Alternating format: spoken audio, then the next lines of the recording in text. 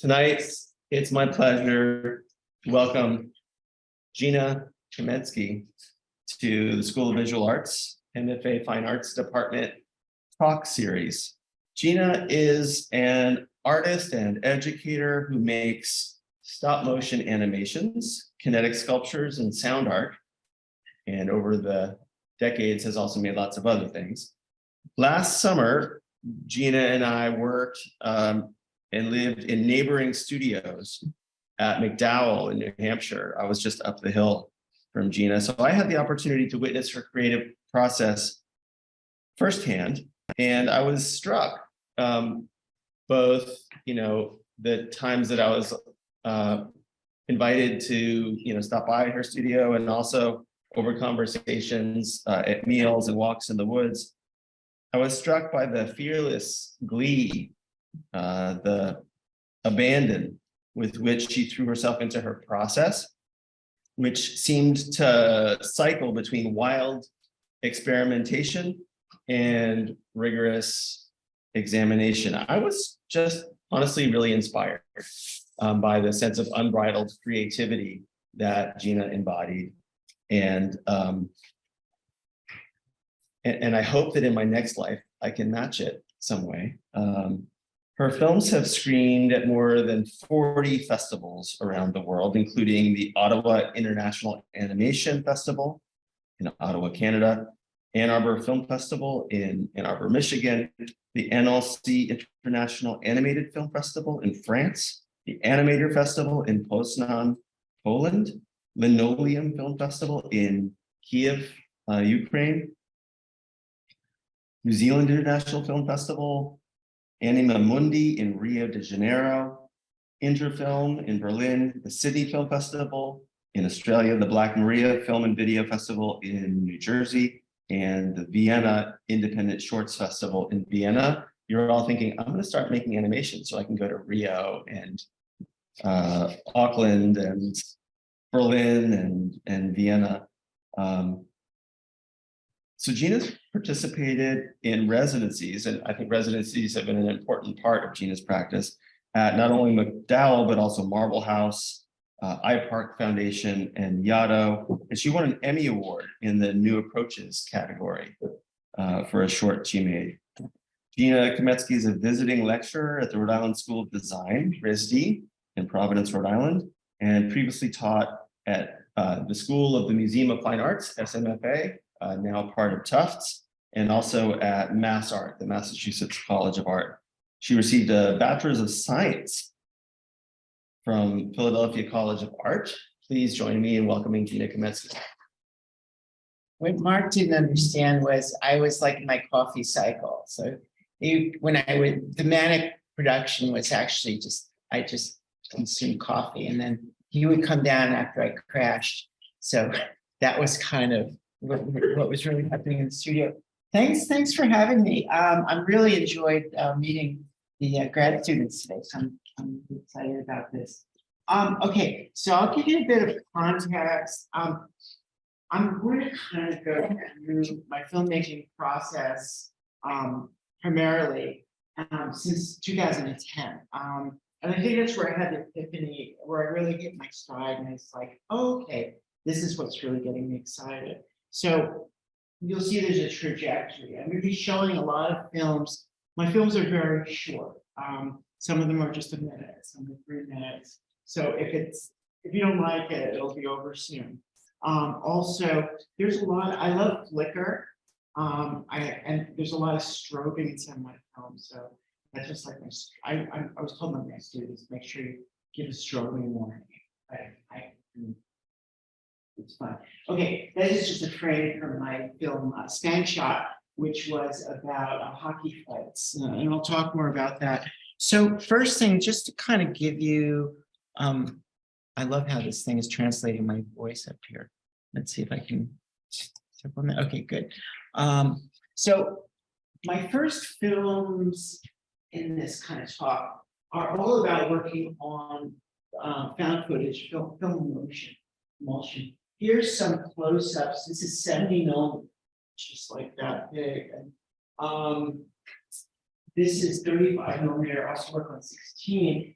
And I was looking, problem with animation is it can be very like laborious and you're worrying about every frame, and I wanted something that was immediate and I could be really intuitive and just work. And I love film. I responded to it. I love the small, like having a small field size. Because the smaller the field size, the less you have to be obsessed about what can go in it. It's very limited amount of visual material. Also because of the registration, because it's so small, everything vibrates like crazy. And that kind of energy is something I really responded to. The frame rate is like a texture. It's a temporal texture. So 1/24th of a second. Everything is constantly pulsing at that rate. There I am in Yano, really happy, they're cool. These are frames from my film silo. That's pretty much how it would work. Painting and drawing, I bleach the emulsion off, and then I draw and paint on it. Some of those yellow sections, it's emulsion that I leave on. So the first films are done in this method. Later on, I'm finding myself doing stop motion. We're going to kind of progress into that. Some of my artists that interested me at the time was Len Lai, who's actually from New Zealand, who was a kinetic sculptor, and he did these films that were just really energetic, painting and drawing on film, and he would take film and just kind of put it on the table and paint on it. His films were just wonderfully kinetic. Here he's like scratching off paint, and of course, Norman McLaren from National Film Board, who was like the other. Lambert, Evan Lambert, who was worked along with him on his films. Also, just the two of them made some interesting, wonderful pieces. This inspired me. The other thing I would just mention was this. I discovered this book. It was compiled by the late Helen Hill, and what she did is she had independent experimental filmmakers who work with film, and everybody sent her like their kind of recipes. This is like using slides from an old viewmaster, spreading out the film on a table and having a protein feed, and painting and drawing on film. And this is available as a PDF. And I looked at this and I read some of these things, and I discovered this technique where you use clear nail polish on emulsion. So when you have film, and the other thing is I inherited 4 boxes of art house trailers. I was living part-time in Provincetown, and the theater was getting rid of all their film. So I started using these movie trailers. And the thing about emulsion, so this is, film has an emulsion base, right? The particles that expose to light are suspended in like a gelatin. So if you use bleach, it bleaches the emulsion off. If you paint clear nail polish on sections of the emulsion, whatever's under it's a resist, whatever's under that, the bleach won't remove it. So this is something I learned from this, and you'll see this in some of my earlier films. This is Steve Woloshin. He's a Canadian animator who works on film. And Steve also, this is actually a boxy way, he just kind of scratches the film in this portable little device. And Steve was also really important in kind of influencing me and sharing techniques. So let's talk about films now. I'm going to go through a good number of films. And one thing that's really important in my work, and I talked to some people about it, is limitations. I love games. I love setting up rules. What I do in the studio is I kind of say, okay, this is my focus. This is the game I'm going to play. These are the rules. And let's see what comes of that. So this film, I wanted to start with the soundtrack. This is, I teach a course at RISD called Visual Music, which is about kind of non-musicians making music, using that music as a basis for film. So what I wanted to do is start with the soundtrack, kind of score it in reverse, take the soundtrack and analyze it for what could be kind of anchored to it visually. I had this rule from a previous one is the only found footage I can use, meaning the only thing I could draw in on was one movie trailer, 35mm. And the title derived from the trailer. So the trailer is The Secret Life of Bees. And my film was Secret Bee. This is David Phillips. And I found this piece by him called A Dream from Spike Jones, not the director. This is Spike Jones from Spike Jones and his City Slickers, which was this kind of novelty back in the 40s. And I heard it and I contacted David, who, when I saw his picture, I thought, oh, he's gonna probably be really mean, he looks me in his photo, and not want to do some animator saying, yeah, I'll make a film for music.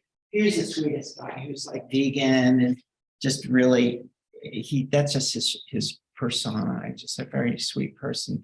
So here's the reverse score, and this will make sense when you get these. But what I did is these are the frame numbers, and this is like a bass sound. This is a piano sound, so you can see this is like a frame 600. This was a big piece of paper, and I would kind of listen to this piece and frame by frame go through it and analyze like where all the sounds were, and then translate this to the film and draw and paint on those moments, on those sonic moments. So it'll make sense when I show the film. So this is actually a little sense of a little, hear this of the music. So, and that's the soundtrack.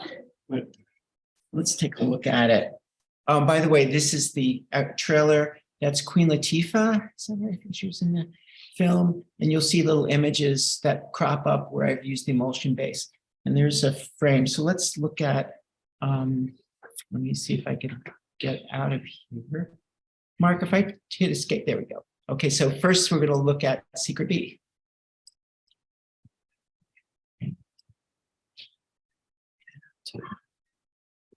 There's so much up here. Oh, it's Command F, I think. I'm trying to get the, Mark, I'm trying to get to the menu under here so I can make this full screen.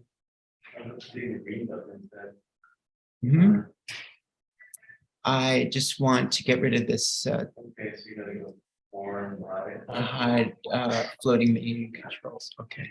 And then I go to this. I want to get rid of that. There we go. Enter full screen. It's F. Okay, function F. Okay, here we go.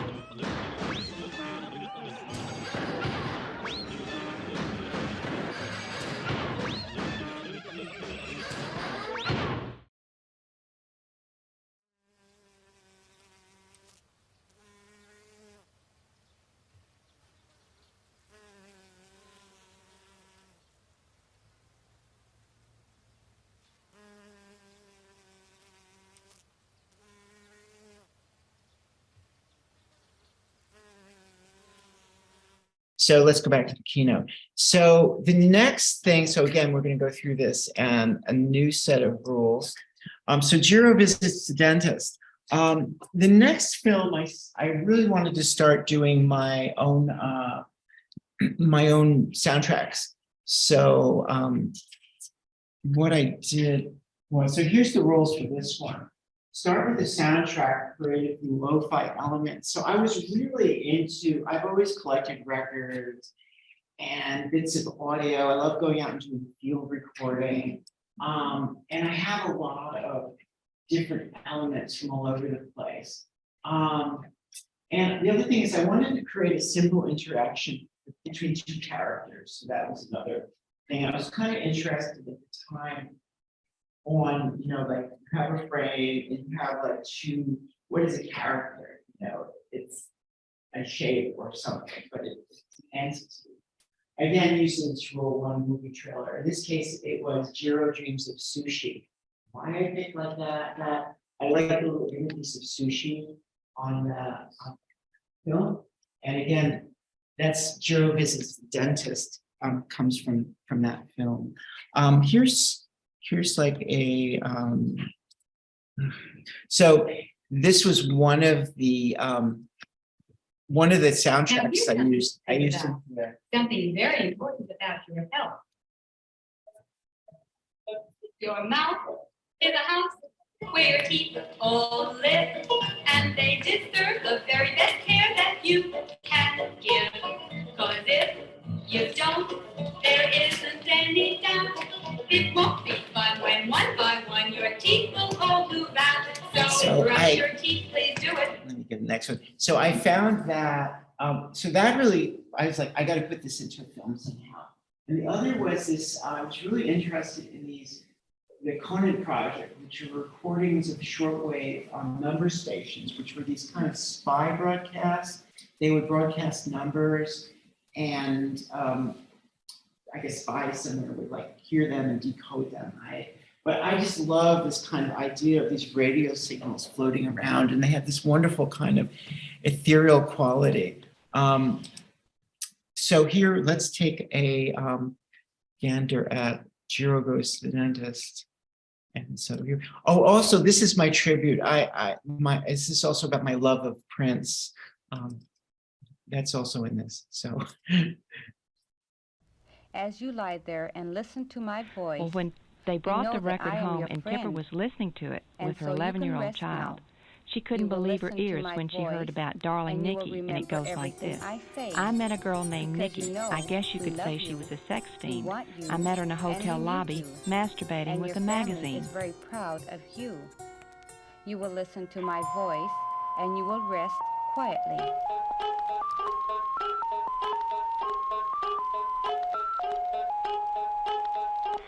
Hotel Kilo. Your mouth is a house where your teeth all live, and they deserve the very best care that you can give. Cause if you don't, there isn't any doubt it won't be fun when one by one your teeth will all move out. 921 66 open. Achtung. Then nice dreams will come to you. You can always sleep easy because you know that your family loves you and will watch over you as you sleep. And when you are loved, you will sleep well.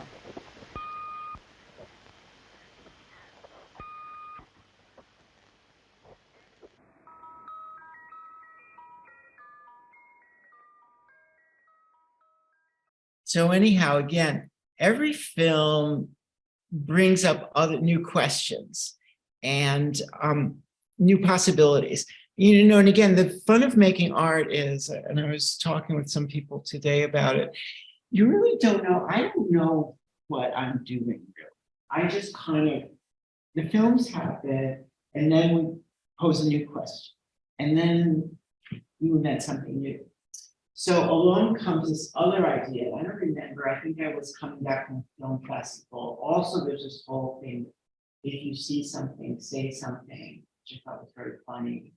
So I wanted to reverse it. So because I was working with a lot of movie trailers from art houses. A lot of these were foreign films with subtitles. And I said, wouldn't it be funny if I could somehow cut out all the film's subtitles and make some kind of a story, by, again, putting nail polish on the words and having them stay on the film, but try and create something. So this is ridiculous. I went through this box of trailers. These are 35mm trailers. And I went through them and I tried finding all of these phrases. There was a criminal. This is Margot. I want you to be mine for life. You're sitting there, stand up, hit me. So I was taking these little snippets of language. I love language. I love constructing, I'm kind of Dada Fluxus word poetry. We're just taking things, words, and putting them together and creating association. So somehow I managed to make this into a film. And that became, here's a frame from it. That became this film, If You Say Something, See Something. So let's take a look at that.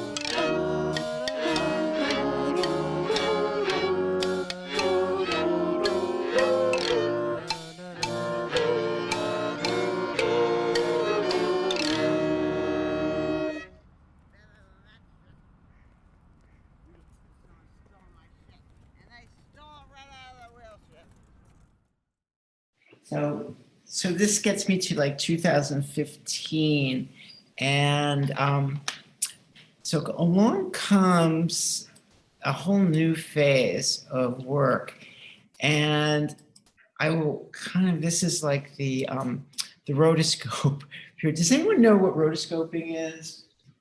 Okay, rotoscoping. So rotoscoping is this process of so the idea was how, animation has always been this interesting intersection of art and industry. How can you create things that move frame by frame by frame and kind of maybe economize the process? And, I think Max Fleischer Studios in New York developed this technique of some kind of film projector with video footage. And if you look at something like Coco the Clown, it was one of the early Rotoscope films, and it projects on the screen and then the artist traces over it. So I had this idea. I thought, what happens if I could rotoscope onto film? So you've got this, and this was the question that I was pursuing, and I kind of made this the heart of my next body of work. If I draw on a tiny frame and I trace over, or not really trace, but distill some visual information, does the essential quality of that movement come through? So here's the thing. Film animation is not so much about what we see represented, but how the thing moves. So does some essential quality of that come through? Do you remember one of the first things I did? I actually had a little film of a car, crash test, and I exported all these images, and I kind of, using Adobe Illustrator, I placed them in this grid, and then I printed them out. I put the film on it, and I drew it, and it was a lot of frames. So this is let's see, is this the one that plays? I have a little snippet from that. Here it is. Let me see if I can get to play. It's at the end of this.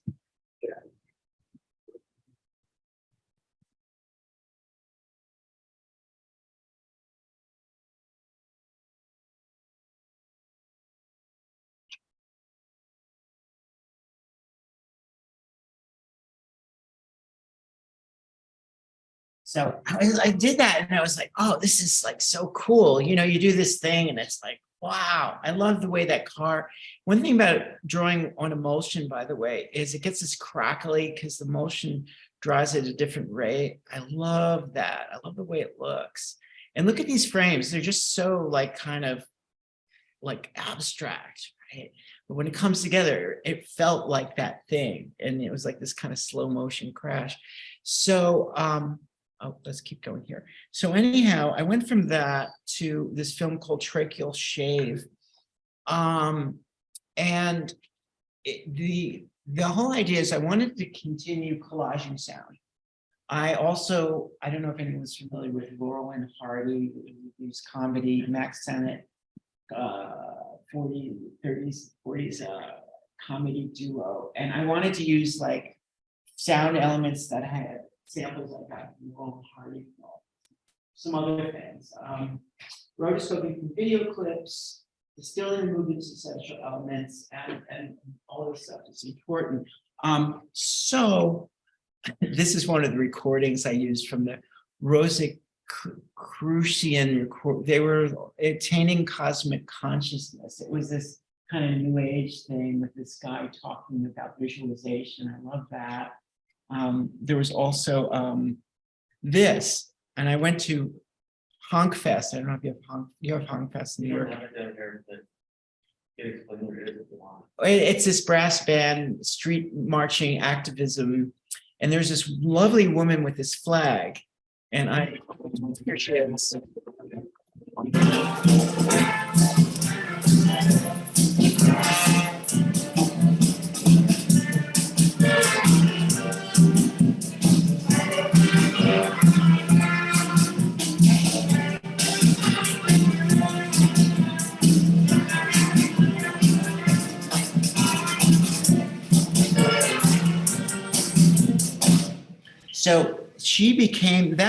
movement became a big part of Tracheal Shave, and you'll see little bits of movement and see if you can pick out areas where I rotoscoped over her dancing. So let's take a look at that one. So here is Tracheal Shave. Think of a small dot in space, about 1/2 inch in diameter. Hello, Mr. Levity. What does levity mean? Hello, Mr. Levity. Hello, Mr. Levity. Have you formed a dot in your mind? Thank you, Mr. Levity. Yes, sir. About 1/2 inch Hello, in Mr. diameter. Levity. We shall say that this dot is Hello, the Mr. universal Levity. force Thank you, in Mr. mind. Levity. Yes, sir. Hello, Mr. Have Levity. you formed a dot in your mind? What does levity mean? Thank you, Mr. Levity. Yes, sir. Hello, Mr. Levity.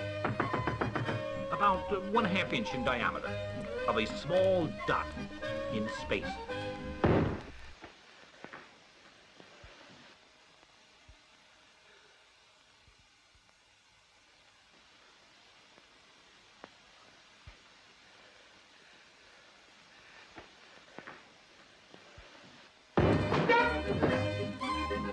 Hello, Mr. Levity. Think of things which at one time called forth your most noble emotions and sentiments. Relive for the moment the ecstasy and mental purity of such past experiences. That guy kicked me!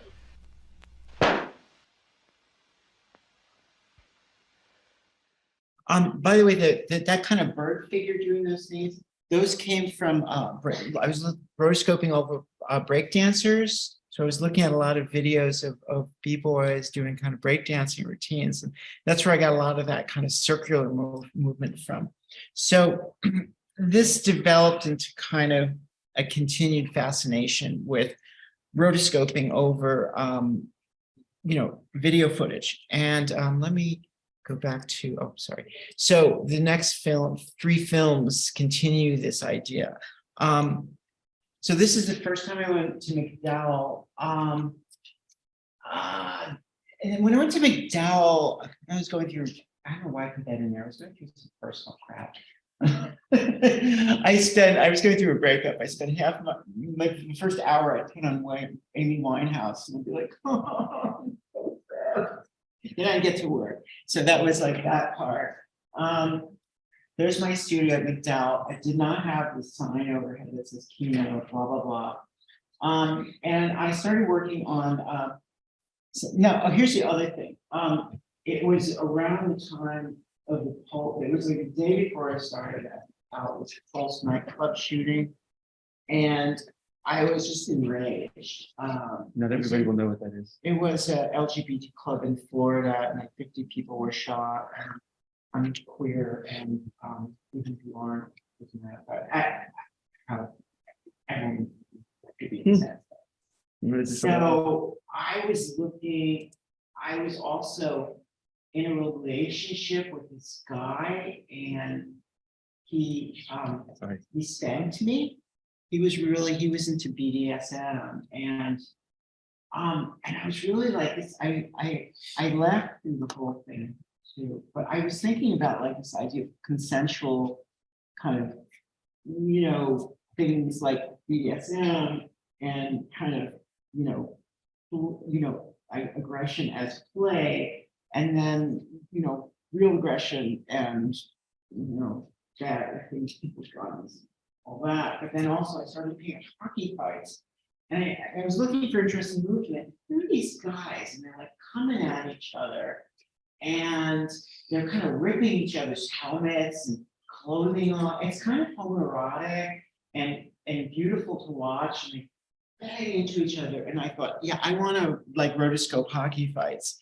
And so I found lots of footage. This film has done very well in Canada, by the way. They love hockey in Canada. There's my consensual. Yes, there I am with I love this. I have ink on my face. So what I would do, by the way, is I had a monitor.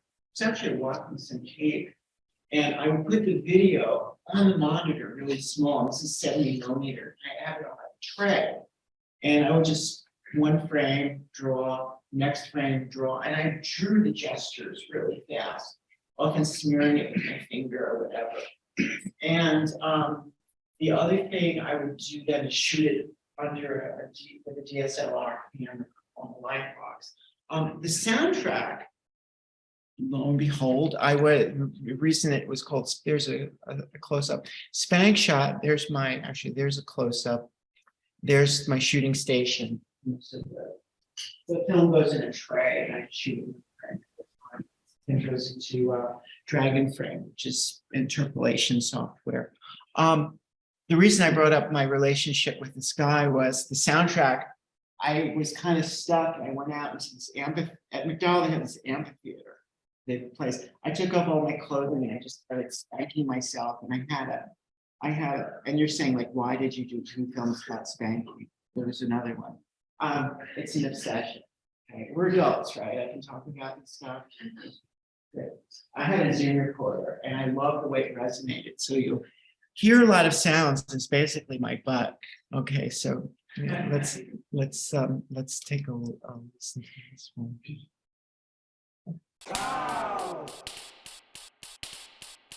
Wait.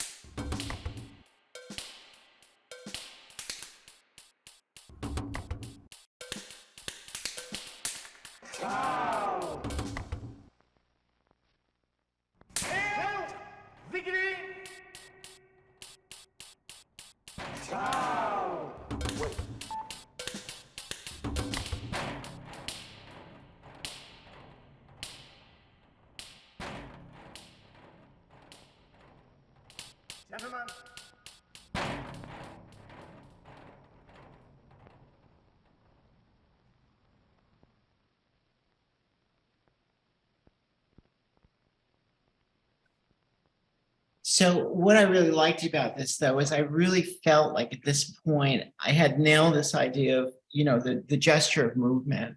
And it was, get rid of some of these, maybe it's why this is choking up.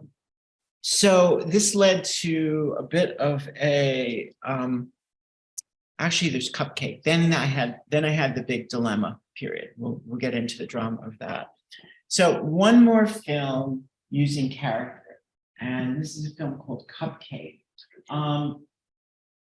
So my other obsession was slapstick cartoon violence, specifically Tom and Jerry cartoons. I don't know if anyone's ever watched old Tom and Jerry. It's basically this cat and this mouse that are, killing each other. And the idea was it was a cat. I just randomly chose a third character and I decided I wanted to be a cupcake. So it's a cat, a mouse, and a cupcake. And I wanted to be rotoscoping in 70mm. So I used the Tom and Jerry footage for that. Noah Kraszewski. Noah he passed a year or two ago. Lived in New York, taught at Juilliard, I believe. So I met Noah. I heard this piece that he did I listened to WFMU in Jersey City, and they played one of his pieces, and I was like, I gotta meet this guy. And so I wrote him, and his partner lived in Hell's Kitchen in this little apartment, and he had me over for wine and cheese. And we really had very similar ideas about time and use of time and kind of sampling and found elements. And what he did, his work was about kind of micro sampling. He would have a musician come in and play a series of notes, and then he would map out the samples on his keyboard and create compositions. So the piece I used, Gotterdammen, it's a piece of his. I probably pronounced it all wrong. And this became the sound component for Cupcake. So again, some of the films I'm doing, I'm making my own sound. Others, I'm working with just a piece of music that I just discovered and really love. Here we go. There's Cupcake.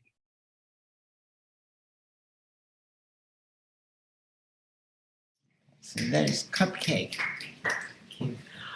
Okay, so Mark, how am I doing time? Great. Okay, let's keep going. So here's this now there was the dilemma. So I'm at Yaddo, and I'm in the studio archway, and I really rarely have this kind of a block, but I'm just seeing what other pictures I have. So I'm like, I continue trying to think what do I want to do next? I'm rotoscoping this stuff. I'm kind of tired of that. And I just couldn't, I did collages, and I just couldn't break through this. Then there's this silo, this grain silo, right next to Archway. It's like, this little silo. And I kept looking at it every day, and it would be raining. And I wrote something in my notebook that said, tomorrow, walk around the silo and just shoot video as you're going around it, right? So I got up the next morning, and let me see if I have a video of that where I'm shooting. So I did that, and I'm just shooting like a couple frames. Let me see if I can play it again. All right, anyhow, so I suddenly went, oh, dummy, you can animate spatially too. It doesn't have to be like a thing moving in the frame. I can be moving around the camera. So I suddenly said, what if that silo is the center of the universe and everything falls around? And that was like and I couldn't wait to get into the studio and start working on this. And this is a frame from there's the rotation again. So I walked around the silo a lot, and I love this frame. It's just a nice frame. I glued emulsion to this, and the sound is all field recorded sound.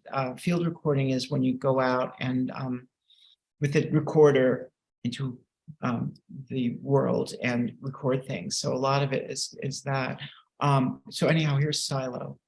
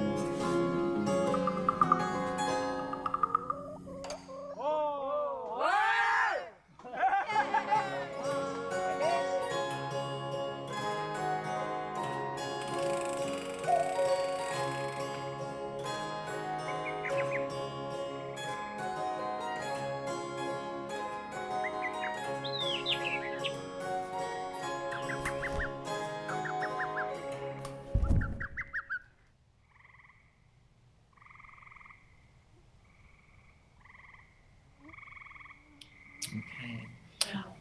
Thank you. So, of course, generally I do things in pairs. And, after doing that, I said, I love doing this. I'm not done exploring, working this way. So I said, what else could I explore? And, I thought this led to the film Sun Zoon Spark, which is a Captain Beefheart song. And that became kind of inspiration. So if I can fall in love with the silo, and I really love the silo, what about a water tower? So I started going around, like the internet has all kinds of cool stuff. And there's somebody who made a map of like where every water tower in Massachusetts is. Like this is a map, like anyone would really be interested in like what kind of a water tower it was. And I'll also reveal something about myself. I have kind of a fetish for infrastructure. Like I love electrical lines and water towers. So I went around and started walking around water towers. And then I started looking at drawbridges and other things in the environment. And okay, so this one was using structures as center points. And I think I talked to a few people about gradient maps. What I would do is there's a thing in After Effects, which is a compositing and animation program, where you can time map things depending if you have a gradient under it. Things in the past might be moving over here, in the future over here, but it kind of creates this real weird time shift. The other thing was I had made a contact mic from this kit, and what it is a piece of this, and you tape it onto metal or wood or things, and it gets the vibrations rather than the sound waves from the air. It's the vibrations, the resonance of the object. It's picked up by the contact. And it's really cool. And you'll hear sound in here where this is the Charlestown Bridge. I think we were talking about this. It has like a resonant note, like as the traffic would go on over it. This is no longer here, unfortunately. That makes a good part. But I'm like crouched down there, right, during rush hour. Headphones on. Stay on the bridge with the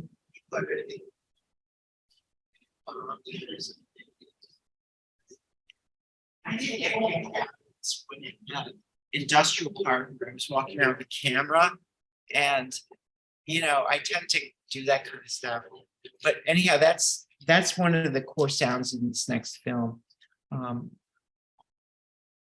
This is one of my favorite soundtracks. I remember hearing this, and I started working with this woman, Monica Cohen, who would master. She was like, after I did the soundtracks, Monica mastered the tracks, and I learned a lot about sound design from her. But the mastering on this is really good, and I really love the way it sounds in the theater.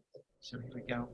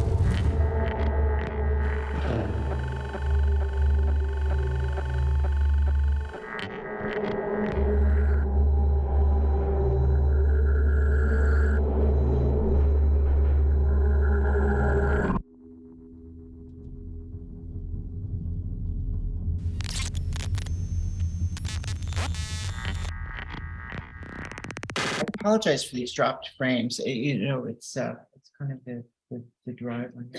Only slightly. Okay, so what do you do after you've done 2 films?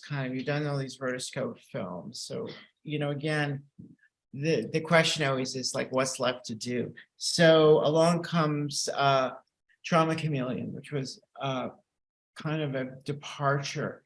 And this went back to my fascination with language. And really thinking about a collision between words and pictures.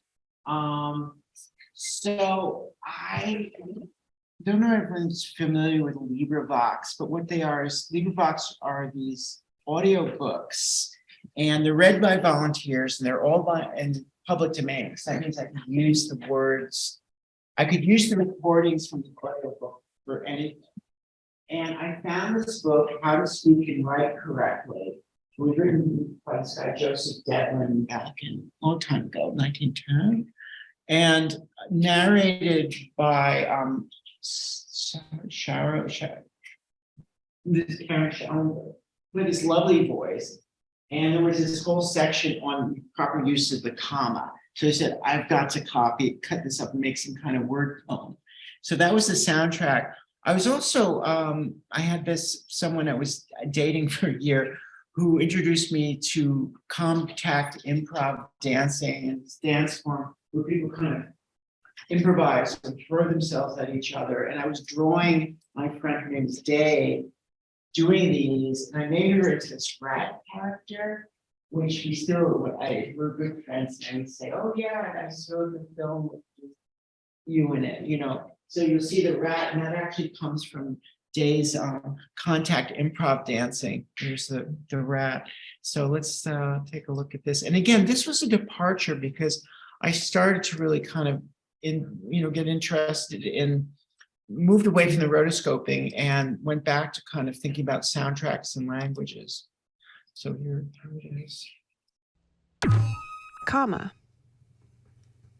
comma, comma, comma, comma, comma, comma, comma, comma, comma, comma, comma, period, dash, colon, comma, 25, comma, 000, colon, semicolon, comma, comma, comma, comma, comma, comma, comma, commas, dash, parenthesis, comma, comma, comma, comma, comma, comma, etc. Exclamation point. Double exclamation point. Period, period, period, period, dash. The laughing boys, the winsome girls, the fond neighbors whom I loved, gentlemen, the gentleman from Ohio, a button, a dash, the masses, pictures, pictures, pictures, and newspapers, colon, colon, colon, colon, colon, colon. Mohammedan and Buddhist, Christian and Jew, tyranny of the classes, semicolon. The masses must not submit, I do, or, such as, commas, commas.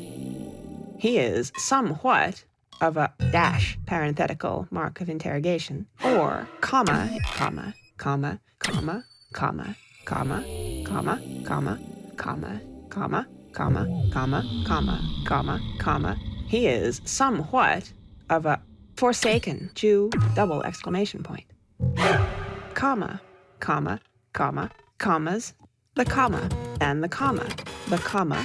He tripped on a rock and fell by the wayside. My dear sir, etc. We cannot believe a liar.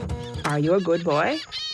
Christian, Christ, Catholic, commas, Christmas, colon, colon, crucified, created, Christianized. Commas are used, God and Christ, God's, God, God, I, doubt, I, devil, semicolon, Satan, semicolon, Presbyterian, plants grow, free, capital T thinkers, God and comma, comma, comma, man is mortal, comma, when inanimate things are represented as endowed with life and action. Repeated, comma, colon, parenthesis, comma, colon, parenthesis, T, period, C, period, period, period, period, period. For goodness, apostrophe, sake, etc.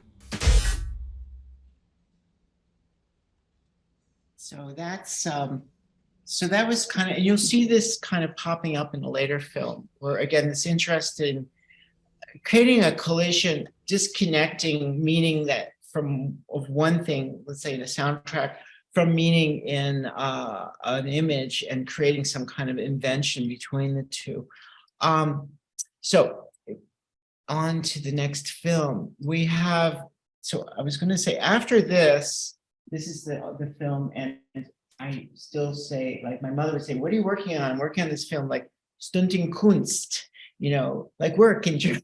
But it's the only film I ever made that I was embarrassed to tell my mother the name, but I like it. So what did I do here? I was at iPark, and I started doing these films where I go to a residency. I kind of would respond to the location. And I said, you know what, this time I'm going to turn the camera on myself and use video of myself as a source. And I love slapstick comedy. I was really feeling good. I was getting close to 60, and I had been taking weight training, and I felt just so alive and kind of physically grounded in my body. And so I really wanted to push my body a lot. And the soundtrack is based on music games, kind of inventive interactions between instruments to create the soundtrack. And I created all this experimental footage of myself, which I'm going to show in a second. And here I am. There was this dance platform that someone had built for an installation. The studio was over there, so I dragged out the mattress. because I started doing these dives without a mattress and I was getting bruised up and stuff. Now is this the product? I'll show you. Let me show you this after we look at the film. I think it'll be more fun and relevant. So first, let's look at the film and then we'll look at the source footage because it'll make sense that way, I think. So here's Stuntingkunst.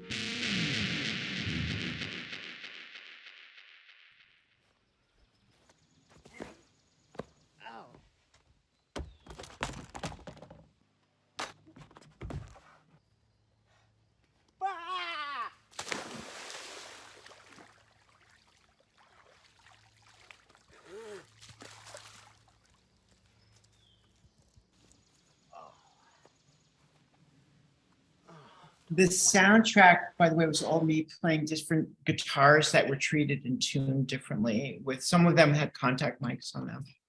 I love doing my own soundtracks. Let me go.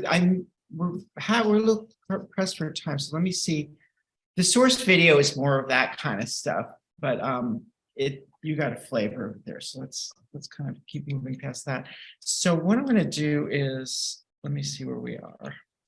Let's skip over soft and white.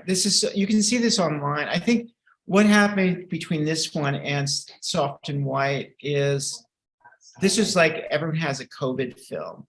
And this bird flew into my studio when I was outside. It's not got into my house. And so I made that like the whole basis for a film.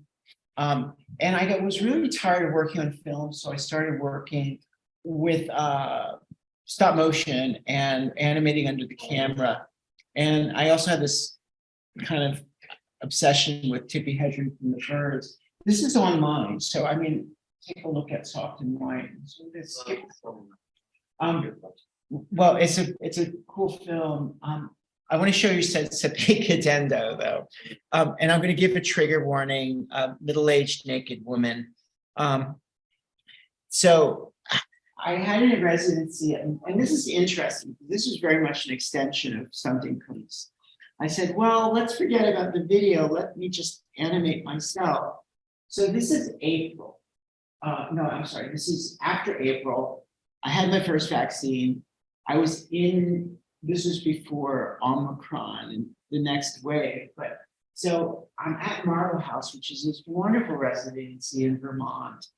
And it's this big mansion with gardens and flowers. And we were with a group of 7 people. I hadn't spent time with people. I was just filled with like hope and joy.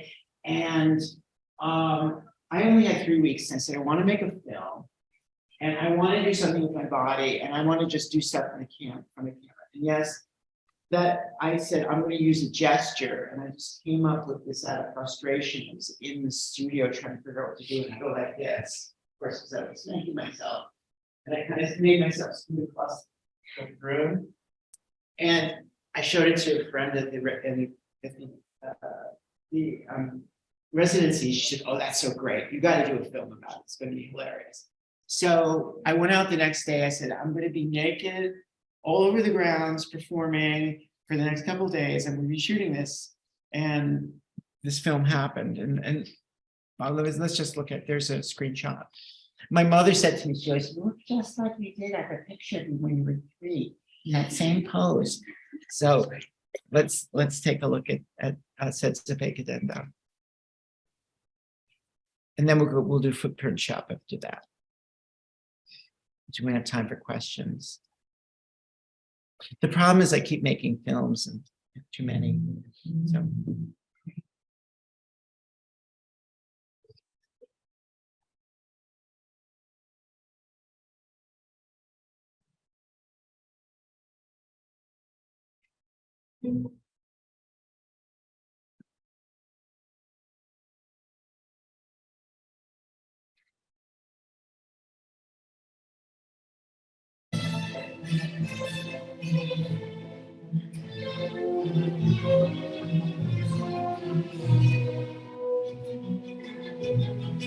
Thank you.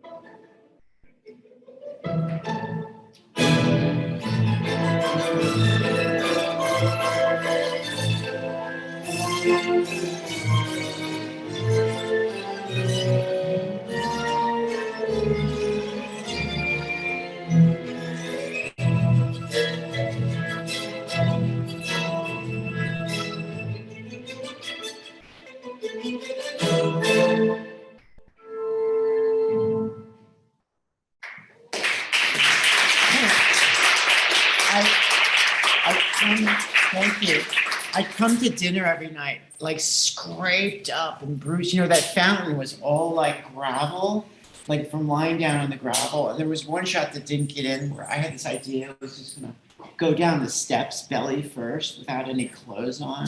Like, who would do something like that? And it was, so anyhow, that, okay, we're gonna look at one more film. I'm just gonna, the one that I made at MacDowell where I met Mark. And I'm going to skip over Ponehenge, which is a delightful film about this place called Ponehenge in Lincoln, Mass. And it's stop motion using toy ponies and the field, and it's online. Footprint Shop is not released yet. So this is the film I made at MacDowell. So we're gonna watch it. So it was a response again based on a location, MacDowell, where they put me in this studio called Putnam, which was a print shop. So I went in there and I said, "Oh, right, what can I do in here?" There were all these kind of print things. And I said, maybe I can use that roller for animating. There was this drawing rack, which had a really cool sound when you put a contact mic on it. The other thing is I had bought this Yashica mat, which is I don't know if anyone shot 120. It's this 120 film and you get 12 shots in a roll and you can develop it yourself. And I thought, I think there's a way I could do animation using 120 film, which is really kind of crazy. And I realized the only thing I could really shoot, because I didn't trigger a quick release, was my feet. So I ended up doing a film about my feet. And I was at MacDowell and I realized, I went, since day one, my mother and I have the same feet. In fact, I'm trans. And when I transitioned back in the 90s, I came out to my mother and she goes, when you hit 40, you're not going to be able to wear heels because you have feet just like mine. So it was like, so we did this basically, I interviewed my mother and I interviewed my mother and I edited this talk together, and it's a film called Footprint Shop. And it's a film basically from MacDowell with my mom talking about feet. So here we go.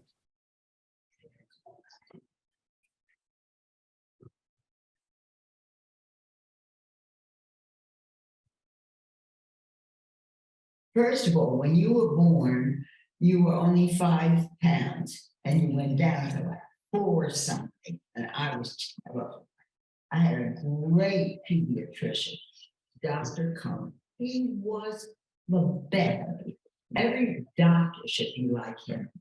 And he said to me, your feet were not right, they were like pronated, and that they are very flexible in the newborn, and every day, all day long, every time you change the diaper, you massage the feet outward to compensate for the way they were going inward. So I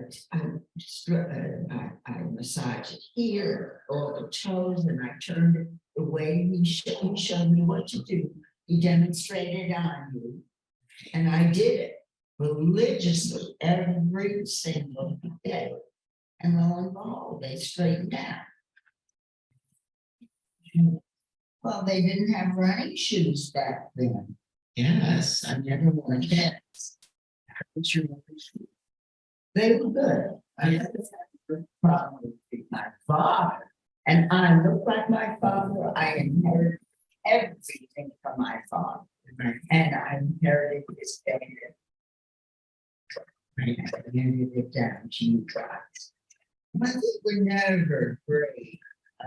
I was willing to put up with the pain with high heels to be attractive.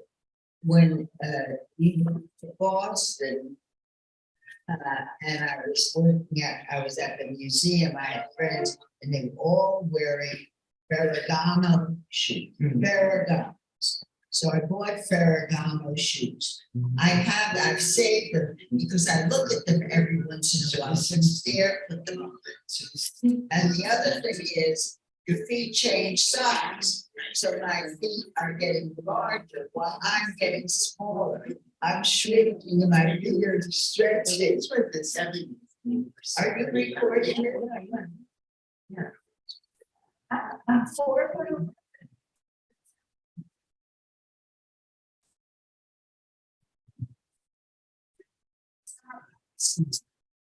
I'm big and big hand. I like that it's summer. I like it summer. Record that for you. There's enough for a feature film. Mom's. their life. Gina, that is my big, no, no, that's not your problem. It's the best thing.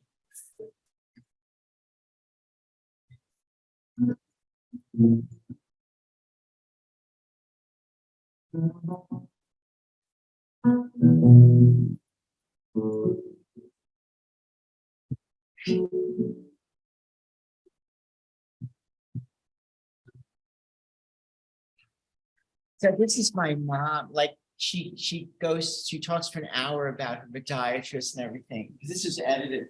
And then she goes, my big problem, I talk too much. And she goes on for like another hour. I edited down. And before I edited, she said, you cannot mention my podiatrist's name. Don't worry, we don't have any of that now. So anyhow, that's the show. And I guess we have questions. I'm an open book. Anything's fair game. So, Mark, do you want to kind of? I'll let you. Okay. Back there. Hi, yes, thank you very much. That was a wonderful presentation. I of course love the medium. I love the material. I love the single frame. I love all the frames, and it's fun to watch your videos reflect on how I process the moving image, and I don't get that luxury of all animation all the time. I don't get that with a lot of video. There's one thing that I did catch on kind of real quick was this autonomy you have because you were preparing for print. So I don't know if I'm crazy or what, and if I'm right, then I would love you to expand on that. Yeah. I feel like there were a lot of Things come out. I think here's the thing. Video is attractive, right? You shoot a lot of work. Animation is additive. It's also like animation is also the smallest edit possible. You're working 1/24 of a second, that's an edit from one to the next. So yeah, it's fun to place. There's two things regarding the subliminal edit that's fun. One is to kind of take a sound or a language and juxtapose it against an image and just have it in for a brief second. And I think there's something very funny. Again, animation is a lot about timing, like timing in the edit. The other, of course, is to juxtapose different images. So I mean, as far as meaning, I kind of step out of the way. I like to create collisions. And, I know when I have to also say to myself, what is, is this in my gut feel meaningful to me and that it feels right, that's all. But generally, a lot of those things come out, I'll find some 16-year-old, like there's Madame Shanghai Shek, who is, remember in Vietnam before? She's like in Trauma Chameleon, and the Providence High School is getting rid of all of these instructional films from the 60s, and there was one, The Communist Menace, and it had all this like footage like this, and so I'm like, oh, this is kind of interesting, something from my childhood. I'll like put this in. So there are little artifacts of things that come in and out. But generally the meeting, I'm not, I leave the meeting very open. So in the video Secret Key, this is how, I swore I saw and it's saying, and they're like, oh, horny. Yeah. It said horny. Yeah, right? It did. Okay, so that's really interesting because whether there's meaning or not, I like questioning my sanity. Yeah. I was like, did I just, am I the one that just saw it? And I'm like, oh no, it's not like.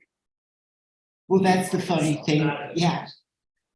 That's what's fun about animation. And I'm also like a 5-year-old. Like I grew up with a family who was making puns.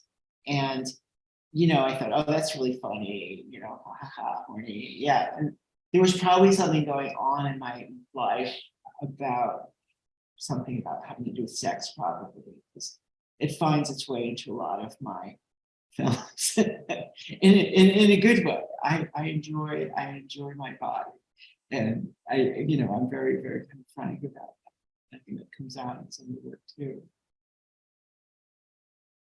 Yeah.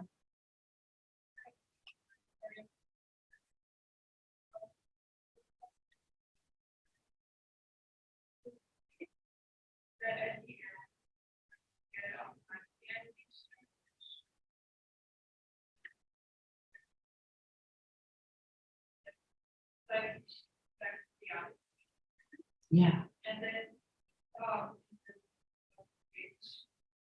Yeah. and like. About and but not doing it in Sense and Spark. That's a good observation. I think, yeah, you're right, because in Silo you had the tower, and Stunning Khan says at the end, it's funny. Okay, in a way, it's a reveal that it's like, here's the trick, and here's how the trick. Sometimes that can become, I felt, well, maybe I'm overusing it, but then I really like, at heart, I'm a teacher, and I like kind of saying, yeah, this is like the mechanism behind this thing. I think sometimes Spark, I think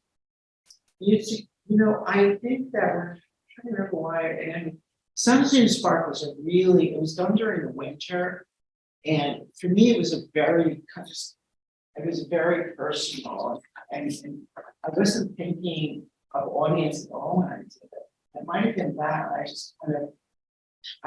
A lot of the time, films just kind of end up where they are. And I never really, it's interesting you pointed that out, because I didn't do that. So I think it's when your part, it's a good observation. On my part, now you have me thinking about like going back. When you work, we also have a life that's going on at the time we work, and then you look at the work and go like, oh yeah, this is going on, and this is going on, and that's going on. I can see those images, and like I left Boston a months ago, and I still have a love of those structures.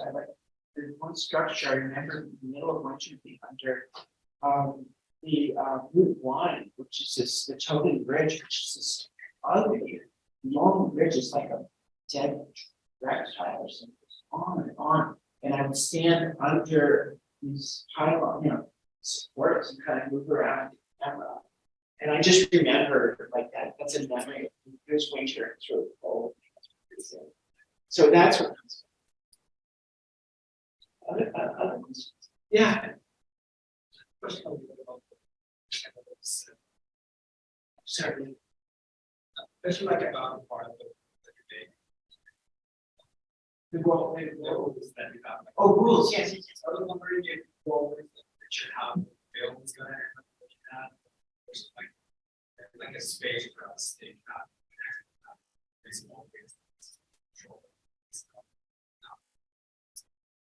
That's a great question. I never heard that. That's what's so fun is you make a rule. I have this project I love to do. I get them of the paper. I don't think you guys, you have an hour to make it better and film with this. And close their minds when they start with just tracing and suddenly realize so they do these crazy things. Student go down to the bathroom, like want that into play and make like a stop motion. So the idea is you create a limitation and step out of the way and just let something happen. It's like being in a laboratory. And why I keep going back, I said this back to this over and over again, because you end up with this thing, and it's like as much fun.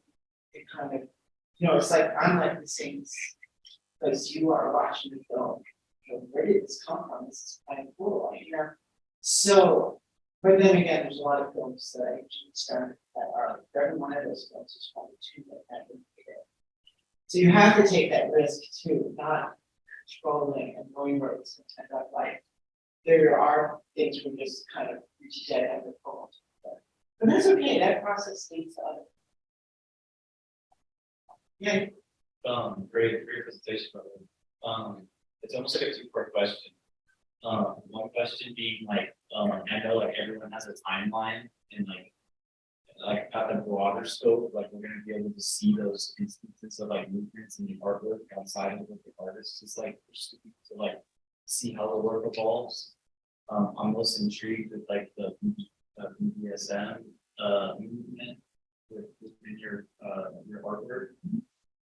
Is that like something that like you like talked through with the artist or the person that came through that trauma, or like it's almost like I'm really interested in method writing right now, and I'm thinking about like, how people carry on and hold on and let things go. And then the other question being like when transitioning from trans, like how do you and like did you or were you able to like consider or hold on to the audience that you had before, and like, or was it like a whole different conversation? Well, my identity is transferred. It's very, something I actually don't intersect much.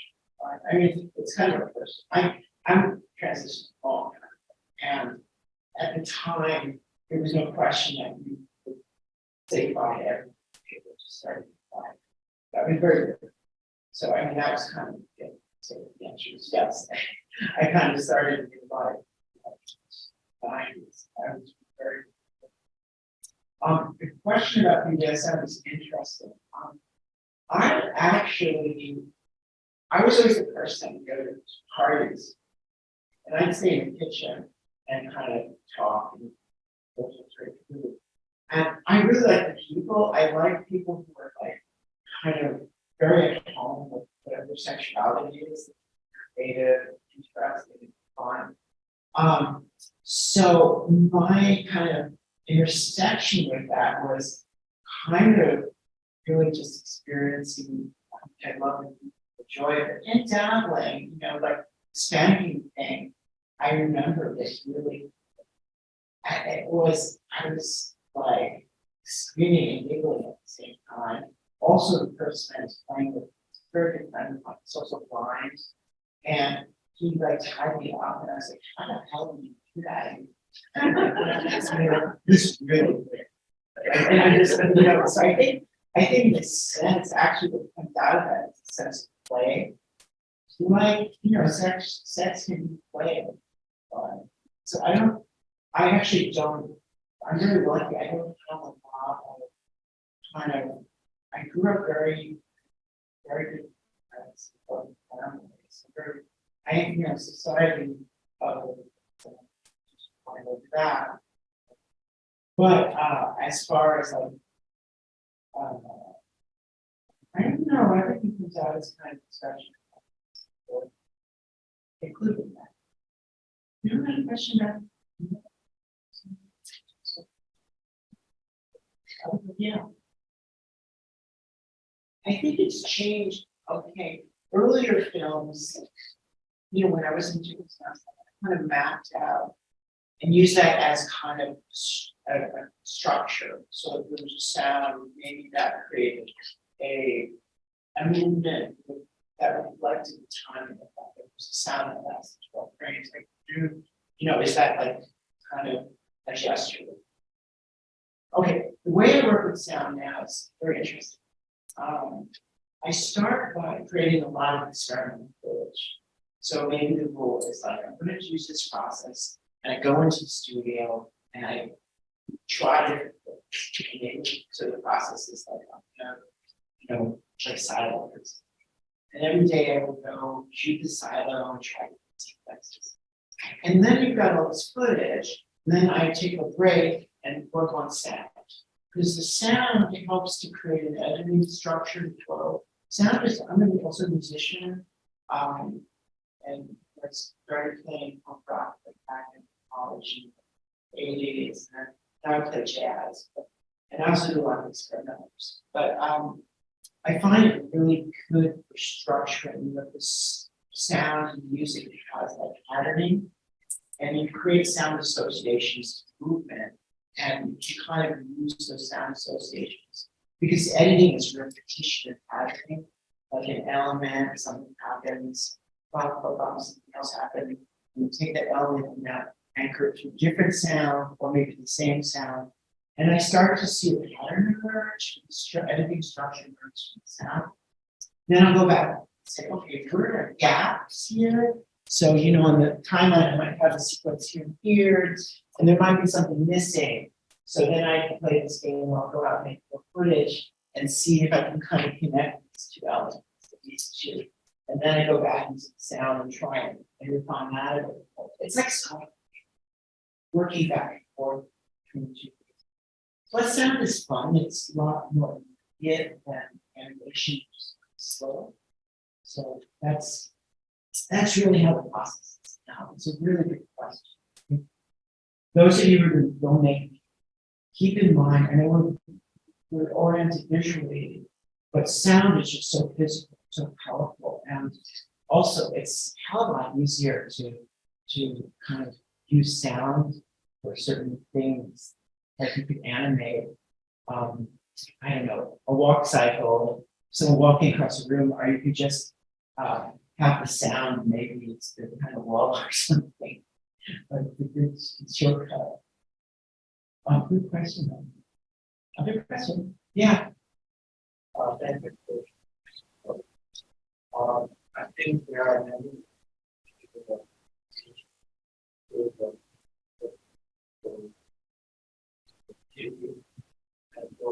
I don't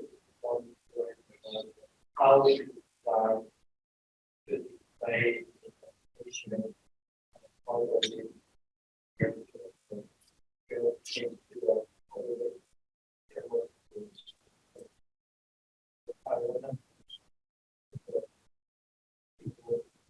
that's a good question. I like feedback. I love sitting there. I love it's so much fun to have an audience. And I think that's really important. I do have my girls online, but you know, that's kind of secondary. It's most filmmakers especially put things online. But I don't it's weird because films have their own there. I don't know what people feel about that. Watching the person watching the film, unless they're frightened, I don't get to share their experience. I love to be that's the best. So it's definitely practice first.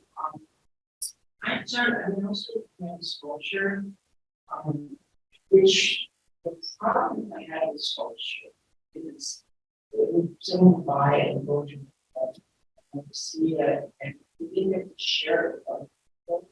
What I do love about film is very now. You can and something is online. And I like that. It's distributed. But definitely soundtracks. I like to ask your story.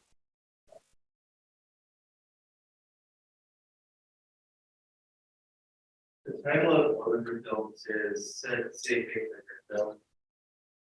And I Googled that, it turns out it's a quote from Ovid. You must know. Avid. Quote Ovid. I think Avid is Ovid. The whole quote is this. Yeah, that's right. It's Yeah, so it means the Latin is Uta Carvat. Okay, Ovid wrote it. Uta Carvat Ovidem. Don't be said they think that translates to a water drop follows a stone, not by force, but by falling off.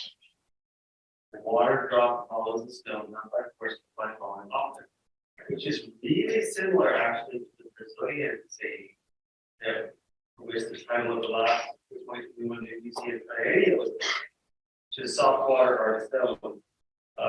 This came from Brazilian proverb, which was soft water or hard stone hits until it's more.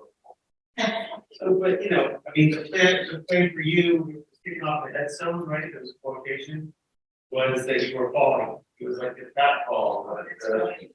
But there's this other sense of like, you're not afraid to fall, you're not afraid to fail. you seem to have this kind of, I don't give a fuck mentality. Not about the art, but in a certain sense, you know, like a lot of us walk through life, with self-consciousness, with wanting to be liked, wanting to look good, you know, like I found myself always checking my hair every once in, you know, making sure like I'm not having a bad hair moment. And I feel like that lack of an inner, not like I think you have a critical eye on your own work, right? But you seem to also really be making it please your own inner critic and not anybody else. Which is, I guess, where I come up with this, you know, I was talking about this sort of unbridled creativity, this kind of fearless relationship to your process. And I was just wondering if you could talk a bit about that piece. We taught a lot too, and through across a lot of students who are sort of stuck or afraid or not really fully allowing their creative mojo to flow. Then there are those students that we've got like critical part, and we've got the five.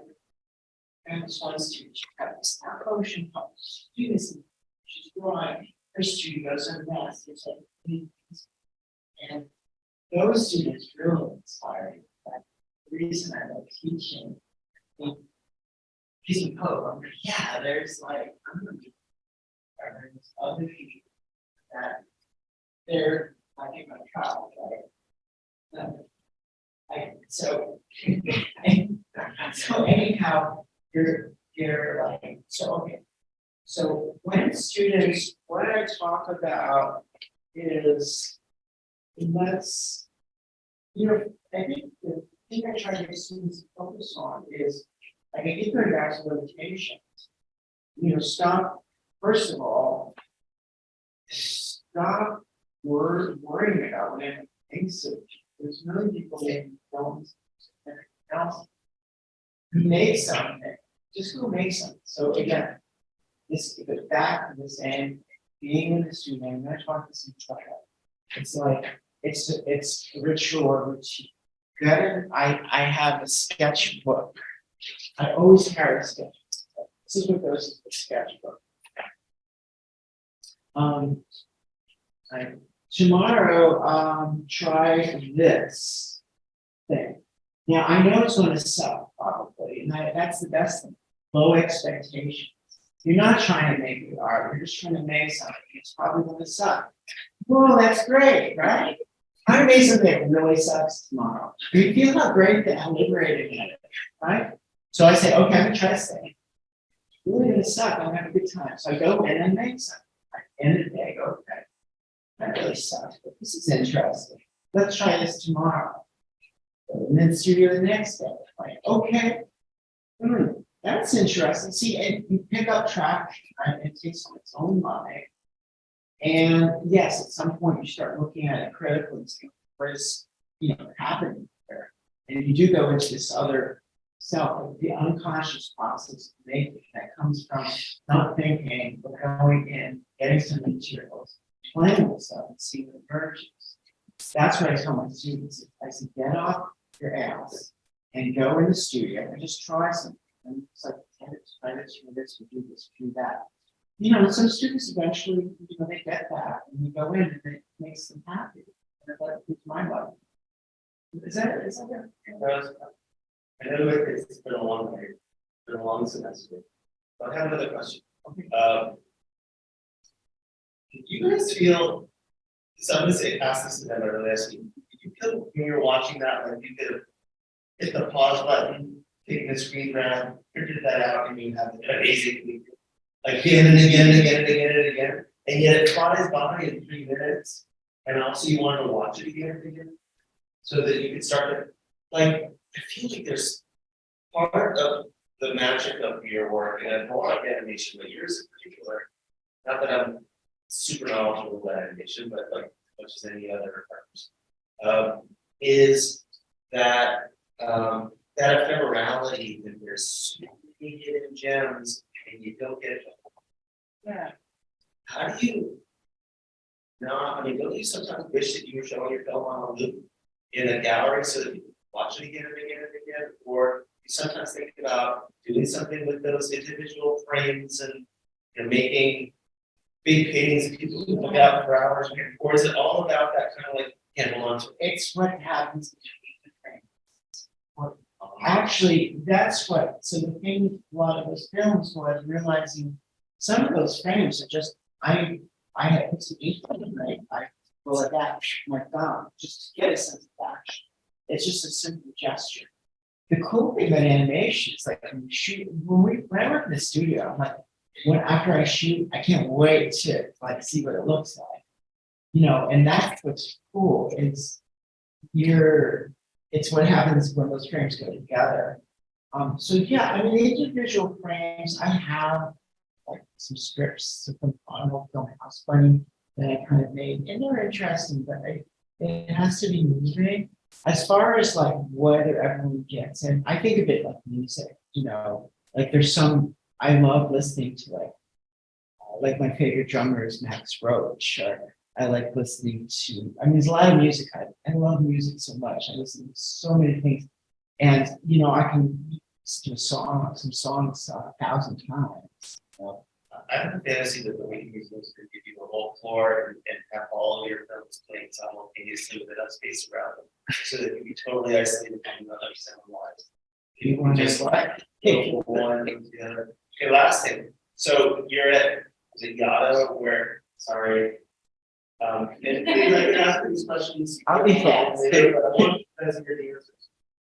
Place with the water, with the silo, the green silo, and you wrote in your journal, okay, tomorrow walk around the silo. And you did that, and you're like, oh, I'm gonna make a whole film around that. Completely insignificant, seemingly insignificant. So this is just another thing that really strikes me about your work is you have this confidence not to worry about why or something you've done doesn't matter. Like in the annual reviews, one of the criteria is significance, right? It's like, you know, how is this? In a way, it's like, why should we care? And they seem to be manufacturing that. No, it be generic, it's like self-generating. Significance will come from anything. And I know this sounds kind of cliche. This is something I'll say. Don't do a film about God. Do a film about like a pencil, and you will probably find some spiritual meaning in that. Okay, because and that's, I think that's, it will come out from something between the brains. I can't deal with the significant thing. I've never done a film looking at any of my, I mean, even other that even just kind of, I don't know, I couldn't do it. I can't do that. Some people maybe can. You know, there are artists who can do that. Like look at something big. And this is the other thing. You gotta know like what's authentic. We have to know what's authentic for ourselves.